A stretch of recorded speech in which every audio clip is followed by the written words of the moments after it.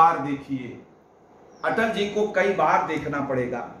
अटल जी भारतीय संस्कृति के उस कुर्मन में कर्मणे की थे कि कर्म ही मेरा धर्म है। हमेशा उनकी सरलता, उनके व्यक्तित्व की तरलता, समाज की गरलता का पान करती थी। इसीलिए कहा गया है कि नीर से सीख लो तरल होना, पंख से सीख लो कमल होना, हाय कितना कठिन हुआ करता है आदमी के लिए सरल होना, आदमी के लिए सरल होना। सज्जनों, वह सरलता थी। इसलिए कभी कभी जब मैं सोचता हूं कि परस्पर प्रेम सहयोग की पराकाष्ठा का वह कौन सा व्यक्तित्व है, हम कौन सा आईना लाएं जिसमें ये सारी चीजें दिखाई जाए, तो निश्चित रूप से वह अटल रूपी आईना आता है। उन्होंने स्वयं कहा है कि इन दीपों से दूर न होगा अंतर मन का अंधियारा, इन दीपों से दूर न होगा अंतर मन का अंधियारा, इनसे प्रकट न हो पाएगी मन में ज्योतिर्मय धारा। जब तक आपके अंदर कलमश कसाय रहेगा तब तक निश्चित रूप से आपके अंतर मन में वो समरसता नहीं आएगी। इसलिए समरस होना रामचरितमानस में कहा गया है। सारी चीजों को अगर आप श्रीमद् भगवद गीता को देखें तो दुखे सुखे समय कृत्वा लाभा लाभौ जया जयौ, समरसता की वह परिभाषा है। अटल जी ने जीवन में समरसता का पालन नहीं, बल्कि अटल जी ने जीवन में समरसता को जिया है। इसलिए मैं एक ही बात कहता हूं कि अटल जी का जीवन कोई सामान्य जीवन नहीं था। एक कहानी मैं और बताऊंगा कि समरसता को अगर पीढ़ी दर पीढ़ी अगर आपको देखना है तो अटल जी के जीवन से देखिए। डीएवी कॉलेज में एलएलबी और एमए अटल जी स्वयं करते थे और साथ में एडमिशन उनके पिताजी भी लिए थे। समरस भाव ऐसा कहाँ मिलेगा, पिता पुत्र एक साथ पढ़ाई कर रहे हों। एक दूसरा और मैं उदाहरण वहीं कानपुर से दूंगा उनकी समरसता का, कि शिक्षण वर्ग चल रहा था सज्जनों। उस शिक्षण वर्ग में उनके बड़े भाई अवध बिहारी जी भी थे। अवध बिहारी जी ने शिक्षण वर्ग में शाम को भोजन नहीं किया, अटल जी ने भोजन किया। अवध बिहारी जी से जब पूछा गया तो उन्होंने कहा कि मैं इसलिए भोजन नहीं कर पा रहा हूं कि इसमें पता नहीं किन जातियों ने भोजन बनाया है। अटल जी ने कहा, भैया यह जीवन जब भारत माँ को सेवार्पित हो गया तो इसमें जाति धर्म का कोई बंधन नहीं होता, मैं तो भोजन करूंगा। और आपको जानकर आश्चर्य होगा कि दूसरे दिन अवध बिहारी भी भोजन करने गए।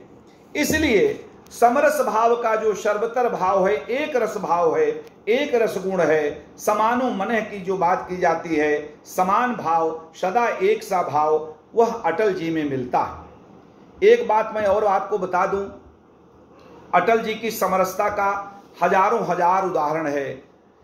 एक बार आप दीनदयाल जी ने उन्हें मुंबई में पहली बार बौद्धिक के लिए भेजा और बहुत बड़ी सभा चल रही थी। जब मुंबई वो पहुंचे तो बख्शी जी ने उनको अपने घर ले गए और बख्शी जी ने देखा कि उनका कुर्ता फटा हुआ है। अटल जी से पूछा, कितनी बड़ी सभा को संचालित करने में आपका कुर्ता फटा हुआ है? अटल जी ने कहा, बिल्कुल परेशान मत होइए, मैं अपना जैकेट ऊपर से डाल लेता हूं। कहने के लिए क्या है? कहने के लिए यह है कि वह पथ क्या पथिक कुशलता क्या जब धाराएं प्रतिकूल न हो। कोई व्यक्ति प्रतिकूल धाराओं में भी अपने को समायोजित कर सकता है। अटल जी में वह परस्पर प्रीति थी। इसीलिए आप यह समझिए कि अगर उन्नति करना है तो अटल जी की उस समरसता के भाव को आपके अपने अंदर रखना होगा, तभी शायद आप उन्नति कर पाएंगे। एक बात मैं और आपको बताऊं, मैंने सबसे कहा अटल जी मन से समरस थे। मन से समरस होना बहुत बड़ी बात है, क्योंकि मन का जो बड़ा होता है वही समरस हो सकता है। स्वयं अटल जी ने कहा है कि छोटे मन से कोई बड़ा नहीं होता और टूटे मन से कोई खड़ा नहीं होता। छोटे मन से कोई बड़ा नहीं होता और टूटे मन से कोई खड़ा नहीं होता। कहने का मतलब व्यक्ति का मन बड़ा होना चाहिए। उसका जितना विराट मन होगा, उसका जितना उदार हृदय होगा, वह उतना होगा। विशेषणातीत हो जाना पड़ता है जब अटल जी के बारे में सुनते हैं। स्वयं उन्होंने कहा है कि आदमी की पहचान कैसे करनी चाहिए। अटल जी ने लिखा है कि आदमी की पहचान उसके धन या आसन से नहीं होती, क्योंकि मन की कसौटी पर क्योंकि मन की कसौटी पर कुबेर की संपदा भी रोती है। आदमी की पहचान उसके धन या आसन से नहीं होती है। सज्जनों, यह उनका भाव था, इसलिए वो समरस थे, क्योंकि समरसता का भाव व्यक्ति के अंदर बहुत पहले से आता है और फिर सामाजिकरण के बाद उसमें वृद्धि होती है। इसीलिए आपको पता होगा कि जब 1980 में 335 सीट कांग्रेस ने जीत लिया तो ऐसी स्थिति आई थी कि सारे लोग आरोप लगाने लगे कि राष्ट्रीय स्वयंसेवक संघ से आप मुक्त हो जाइए। उन्होंने स्पष्ट कहा, चाहे जितना भी नुकसान हुआ हो, हम इससे मुक्त नहीं हो सकते, क्योंकि समरस और मानवता की नीति के नाते हम यहां तक पहुंचे हैं। सज्जनों, सिद्धांत की लड़ाई हमेशा समरस का व्यक्ति खड़ा होता है। और आपको बता दें, जिस समय जनता पार्टी टूट गई, सारी कहानी को आप जानते हैं। उस समय अटल जी ने एक कविता लिखा था जो उनके समरस चित्त सरल शुद्ध अंतस को झकझोरी थी। उन्होंने लिखा था कि व्यर्थ हुआ आवाहन, स्वर्ण सवेरा रूठ गया। जब सारे लोग अलग हो गए, चरण सिंह अलग हो गए, वो सब अलग हो गए। ये बात 5 अप्रैल 1980 की है। 5 अप्रैल 1980 को बहुत ही व्यथित थे। आपको जानकर आश्चर्य होगा कि 6 अप्रैल 1980 को भारतीय जनता पार्टी की स्थापना होती है, जिसकी स्थापना स्वयं उन्होंने किया था। लेकिन उनके मन में समरस भाव और दलों के लिए क्या था? जो कविता उन्होंने 5 अप्रैल को लिखी थी, उस कविता का भाव यह है कि व्यर्थ हुआ आवाहन, स्वर्ण सवेरा रूठ गया। व्यर्थ हुआ आवाहन, आवाहन स्वर्ण सवेरा रूठ गया, सपना सारा टूट गया। नियत कटी की लीला प्यारी, सब कुछ स्वाहा की तैयारी। अभी चला 2 कदम कारवां, अभी चला 2 कदम कारवां, साथी छूट गया, सपना टूट गया, सपना टूट गया। यह उस समय की कविता है जब जनता पार्टी खंड खंड होकर के टूट गई थी। सज्जनों, सिद्धांत की लड़ाई में आदमी कभी भी, सब्यसाची बार बार फोन कर रहे हैं, डिस्टर्ब कर रहे हैं फोन। सिद्धांत की लड़ाई में बता दूं, सिद्धांत की लड़ाई में व्यक्ति हमेशा कभी भी अपने को गरिमामय नहीं बनाता है। एक बात जाने रहिएगा। इसलिए सिद्धांत की लड़ाई समझने के लिए आपको हमेशा सोचना होगा। एक बात मैं आपको बता दूं, जब अटल जी हार गए थे और आप जानते हैं एक लहर आई थी, वेव आई थी कांग्रेस की, और केवल 2 सीट जीती थी, तब अटल जी का शिवाजी पार्क में भाषण हो रहा था मुंबई में। उन्हें देखने के लिए हजारों हजार की भीड़ आई थी। अटल जी जब पहुंचे तो अटल जी का समरस क्या था, आप सुने जरा उसको। अटल जी का समरस स्वभाव यह था कि आप हारे हुए अटल को देखने आए हैं, अटल हारा हुआ है लेकिन अटल है। सज्जनों, इसीलिए हमेशा वो कहते थे कि हे पुण्य भूमि तेरी जय हो भारत माता, तेरा पुण्य प्रकाश जगत को अभिनव पथ दिखलाता, तेरा पुण्य प्रकाश जगत को अभिनव पथ दिखलाता।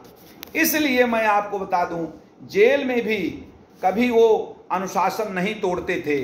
इंदिरा जी ने जब उन्हें कैद कर दिया तो आप जानते हैं वो कब हृदय थे।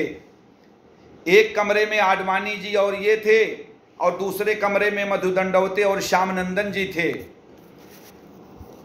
जब देखा इन्होंने तो एडजस्ट कर लिया, श्याम नंदन जी को बहुत परेशानी होने लगी, तो अटल जी ने एक कविता लिखी थी कि हवालात की हवा भी देती यह संदेश, अनुशासन का पर्व है बाबा का उपदेश। उन्होंने कहा कि जेल में भी आपको अनुशासन रखना होगा। अनुशासन का पर्व है बाबा का उपदेश, हवालात की हवा भी देती यह संदेश, देती यह संदेश राज डंडे से चलता, का कैदी कबीराए शोर है अनुशासन का, लेकिन जोर दिखाई देता दुशासन का, लेकिन जोर दिखाई देता दुशासन का। इसीलिए वो उस समय संजय गांधी की चलती थी।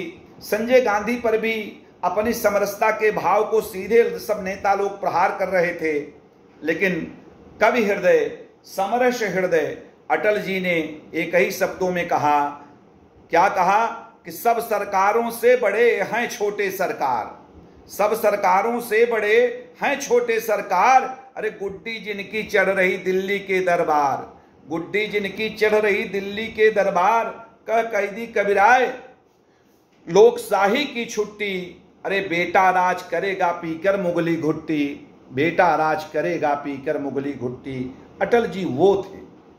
अटल जी आपातकाल को लेकर के आप देखिए, एक ऐसी स्थिति आई थी पूरे देश में, तब भी अटल जी का भाव वही बना रहा। उनके भाव को मैं उन्हीं की कविता के साथ आपके सम्मुख देना चाहता हूं कि दिल्ली के दरबार में कौरव का है जोर, दिल्ली के दरबार में कौरव का है जोर, अरे लोकतंत्र की द्रौपदी, लोकतंत्र की रोपती, रोती नयन निचोड़, रोती नयन निचोड़ नहीं कोई रखवाला, नए भीष्म द्रोणों ने मुख पर ताला डाला, नए भीष्म द्रोणों ने मुख पर ताला डाला, कर कैदी रह बजाए बजी रण की भेरी, कोट कोट जनता न रहेगी बनकर तेरी चेरी। कहने का क्या तात्पर्य है, अपने भाव से, अपने भाषणों के भाव से, अपने कर्तव्य पथ से हमेशा एक साथ रहते थे। बहुत तमाम ऐसे अवसर आए हैं जब उनके उदार मन की और उनके बड़े मन की बात की जाती है सज्जनों, तो निश्चित रूप से लगता है कि अटल का कितना विराट व्यक्तित्व था। लंदन के विश्व हिंदी सम्मेलन में अटल की पुस्तक संकल्प काल की चर्चा होती है और वहाँ पर हिंदी साहित्य के जितने विद्वान जुड़े थे, सारे लोगों ने अपनी समीक्षा में एक ही बात कहा कि अटल जी की जो कविताएं हैं, अटल जी का जो व्यक्तित्व है, वह कोई सामान्य व्यक्तित्व नहीं है, क्योंकि वह उनके हृदय से निकला हुआ है। इसीलिए मिर्जा साहिद बेग ने अपनी किताब में लिखा है कि अटल जी जैसा व्यक्तित्व किसी का नहीं था। उन्हें केवल राष्ट्र प्रेम था, एक ही प्रेम जानते थे, राष्ट्र धर्म, इसलिए जाति धर्म समुदाय उनके लिए कोई मायने नहीं रखता था। एक उदाहरण मैं और आपको बताऊं, अटल बिहारी वाजपेयी के प्रधानमंत्री रहते उत्तराखंड में भाजपा वर्ष 2002 में विधानसभा चुनाव हार गई। वाजपेयी जी कांग्रेस की सरकार बनी और उसके बाद भी वाजपेयी जी ने 10 साल का उसे पैकेज दिया। यह उनका उदार व्यक्तित्व है। उन्होंने स्पष्ट कहा, उनके समरस व्यक्तित्व की बात अगर मैं कहूं तो उन्होंने कहा कि मेरे हृदय में एक भारत रात दिन मेरे हृदय में चीरता है। कैसे चीरता है? जैसे सीने में एक कील गाड़ दी जाए और वह कील हमेशा चुभती रहे। ये अटल जी के शब्द हैं। अटल जी ने कहा कि भारत को लेकर मेरी एक दृष्टि है, एक ऐसा भारत जो भूख भय निरक्षरता और अभाव से मुक्त हो, एक ऐसा भारत जिसमें हम आजादी के बाद अहिंसा के अतिरेक कारणों पर निवारण न करें। आज ध्यान दीजिएगा, सारी स्थितियां बदली हुई हैं। मैं केवल समरसता की उनकी बात करूंगा कि अटल जी का एक ही बात था, नैराश्य निनाद नहीं, जूझते योद्धा का संकल्प कभी निराश नहीं होता है। हमेशा आत्मविश्वास का जय घोष करो, हमेशा आत्मविश्वास का जय घोष करो। इसलिए अटल जी को आप जानते होंगे, उड़ीसा के सर्वाधिक निर्धन क्षेत्र के लिए 7 सूत्री निर्धनता कार्यक्रम से पूरी दुनिया में जाने जाते हैं। आवास निर्माण के प्रोत्साहन की उनकी अर्बन सीलिंग एक्ट प्लान सारी दुनिया में जानी जाती है। रोजगार सृजन एवं विदेश में बसे भारतीय मूल लोगों के लिए बीमा योजना शुरू करने वाले वे अकेले महानायक थे। राष्ट्रीय राजमार्गों की जिस संकल्पना को हम आज चरितार्थ करते हैं, वो सारी संकल्पनाएं हमारी अटल जी की दी हुई है। इसलिए अटल जी के व्यक्तित्व के बारे में जब भी हम विचार करते हैं तो उनका व्यक्तित्व उतना बड़ा होता चला जाता है। कवि के रूप में उनके व्यक्तित्व की बात करें या राष्ट्रीय गठबंधन राजग में जब वो प्रधानमंत्री बने हैं तब उनके व्यक्तित्व की बात करें तो उनका व्यक्तित्व और उदार बन जाता है। हमें लगता है कि आवाज नहीं आ रही है जी। कौन? दीपमाला वो कर दीजिए, डोंट डिस्टर्ब कर दीजिए। अच्छा खासा चल रहा था, बीच में नेटवर्क चला गया, वो हम खुद ही दूसरे से मांग के काम चला रहे हैं। वाईफाई कनेक्टिविटी करें।